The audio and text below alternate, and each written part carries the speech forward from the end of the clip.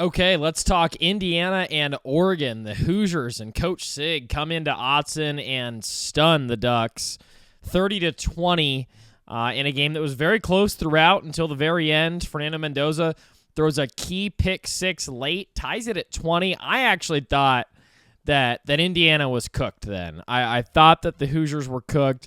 Mendoza did not look confident, threw it off his back foot. Brandon Finney, the true freshman for Oregon, makes a great play on it. But the reality is, Indiana played really well in this game up front. They played really physical at the line of scrimmage. Dante Moore's final line, 21 of 34, 186 yards, 1 touchdown, 2 picks. Fernando Mendoza, 20 of 31, 215, 1 touchdown, 1 pick. Indiana runs for 111 yards on 3 yards per carry. Oregon only runs for 81 yards on 2.7 a carry. It just felt like Oregon had no juice on offense in this game.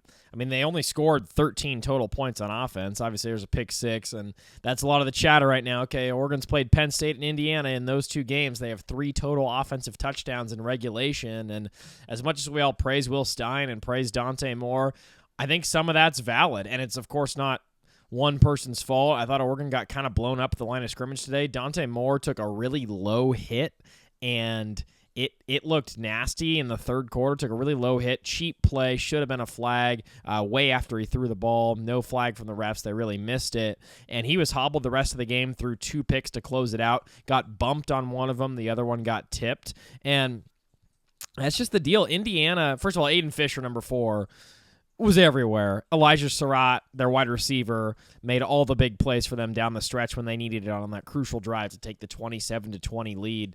And you just got to tip your hat to those guys. I mean, Elijah Surratt and Aiden Fisher, my opinion, were the 2 best players in the game. Like they just played great football. Curt Cignetti's a great coach, and this is modern college football for you. Like, it's a team-by-team, year-by-year sport. Cignetti is clearly an elite head coach. He's 64. He says he doesn't want to leave Indiana. I kind of believe him. I mean, watching this game, he's got everything he needs to win at Indiana. Like, why does he need to leave Indiana to compete for a national championship? I mean, it's obviously easier to recruit to Penn State, not because it's a better program, but because they have way more kids in Pennsylvania who are good players. Your base starts at 10 or 15 really good in-state players a year. A little tougher to recruit to what's considered a basketball school. But, man, I can't say enough good things about Cignetti and just kind of how physical Indiana was. Like, they didn't dominate the line of scrimmage, but I thought they actually won despite being way undersized. Like, Oregon dropped Dante Moore back to pass a lot, and the Oregon O-line was confused by some of the looks up front. Fisher sometimes blitzed, sometimes didn't. 13 off the edge, got home a lot. Like, they didn't protect Dante Moore well. He was not mobile. I think Dante Moore in general is not an overly mobile quarterback, and this game he was really not mobile in the second half after taking that cheap shot low hit in the third quarter.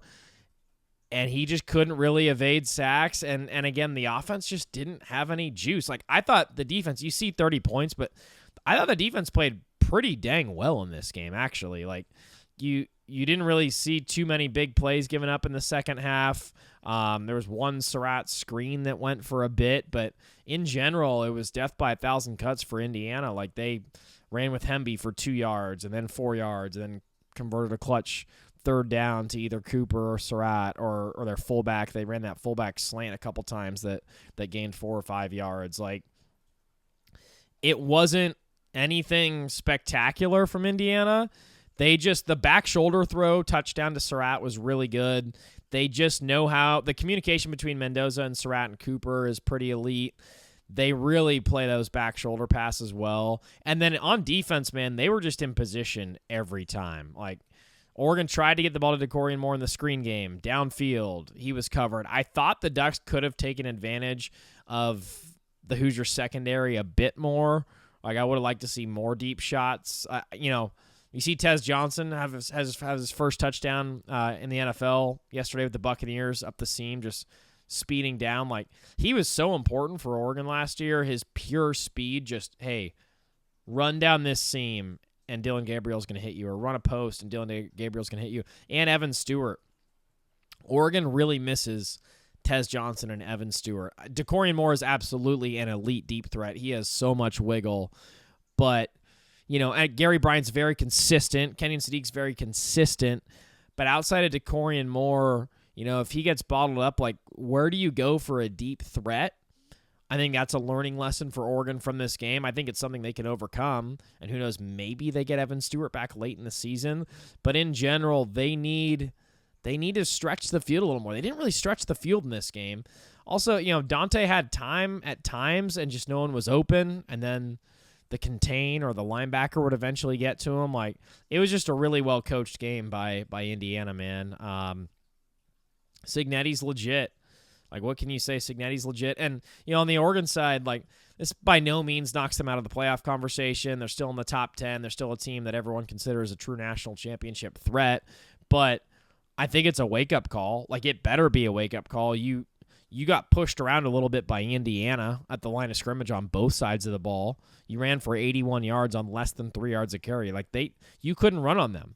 And, Noah Whittington's a really good player. He only got 5 carries in this game. I think you'd like to see him get more. Jordan Davison, the great true freshman, 8 carries for 59 yards. But I think De'Aaron Hill, who's got a lot of juice, and Noah Whittington, who's got a lot of juice, they need to get the ball more in games like this. But,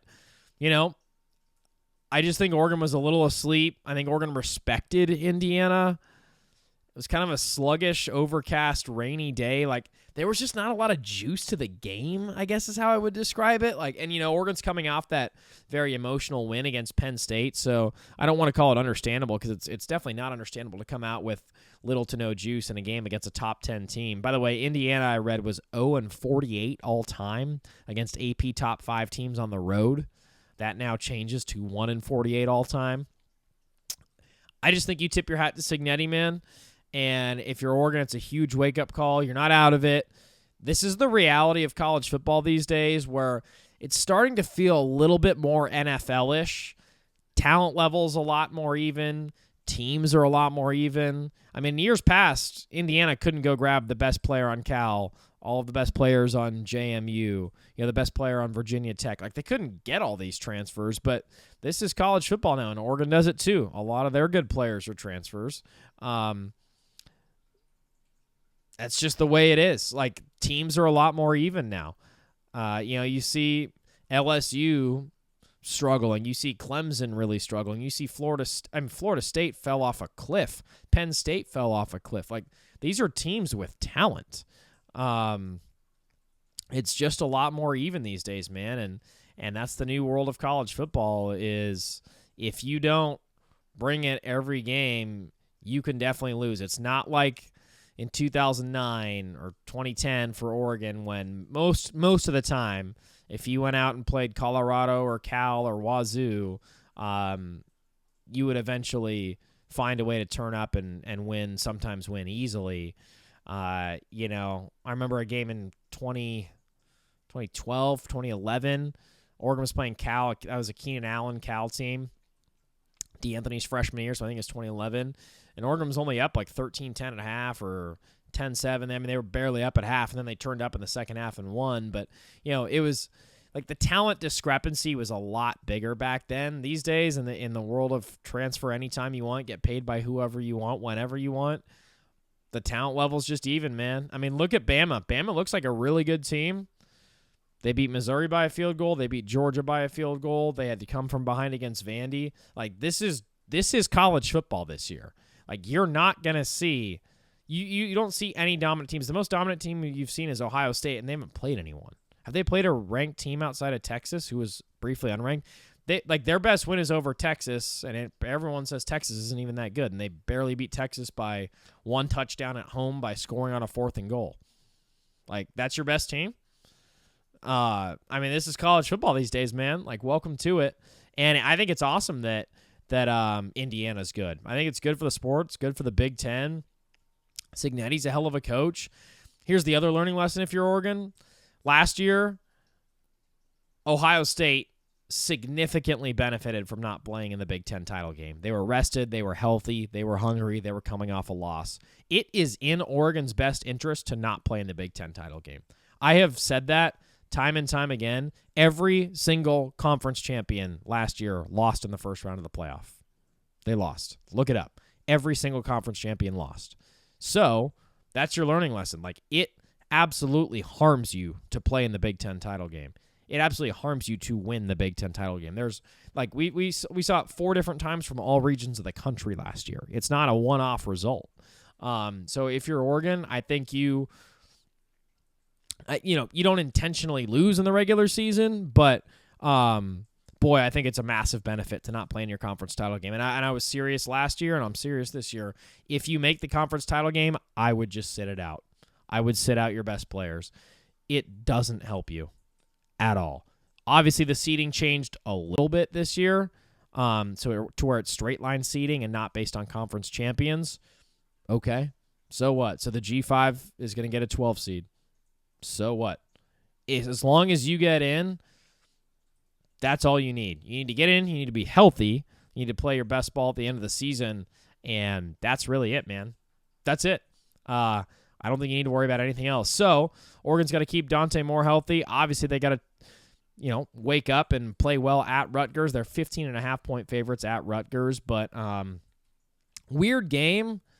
Kind of a juiceless game on offense. Not really sure why that was, but I just tip my hat to Aiden Fisher and Coach Sig and that defense. I think they just played really well, and Oregon better come with a lot more juice next time they play Indiana. Also, Oregon's corners are really young. I think they got exposed in this game. Surratt and Cooper are elite, experienced receivers. Oregon's corners got a bunch of PI calls, got beat back shoulder. They were really young, and they got taken advantage of in this game. So you got to get experienced and better at corner, and you got to come with more juice on offense, and that's something to watch. Like, Oregon's got 3 touchdowns in 2 games against Penn State and Indiana in regulation. Like, let's see a little more juice from the offense, and I think they'll come out with that against Rutgers. But it's a learning lesson. By no means is Oregon out of the college football playoff, but definitely a bit of a shocker. But just straight up, hats off to Indiana, man. I feel like I'm repeating myself at this point, so I'll close down the Oregon segment of this pod. But I appreciate you guys listening. The Ducks fall to Indiana 30-20, and they fall to 5-1 on the year. Still a top 10 team overall, number 8 in the AP rankings. They have Rutgers, Wisconsin, at Iowa, Minnesota, USC, and then at UW. The at Iowa game is interesting, and the at Washington game is pretty interesting. And suddenly USC looks solid after that win over Michigan, although I think a lot of people are down on Michigan for good reason. So one game at a time. You can obviously afford another loss and still get into the playoff, but interesting to see Oregon not have a huge edge to it in that game, and something tells me Dan Lanning will have the team motivated at Rutgers this upcoming weekend. All right, thank you guys for listening. We will see you next time.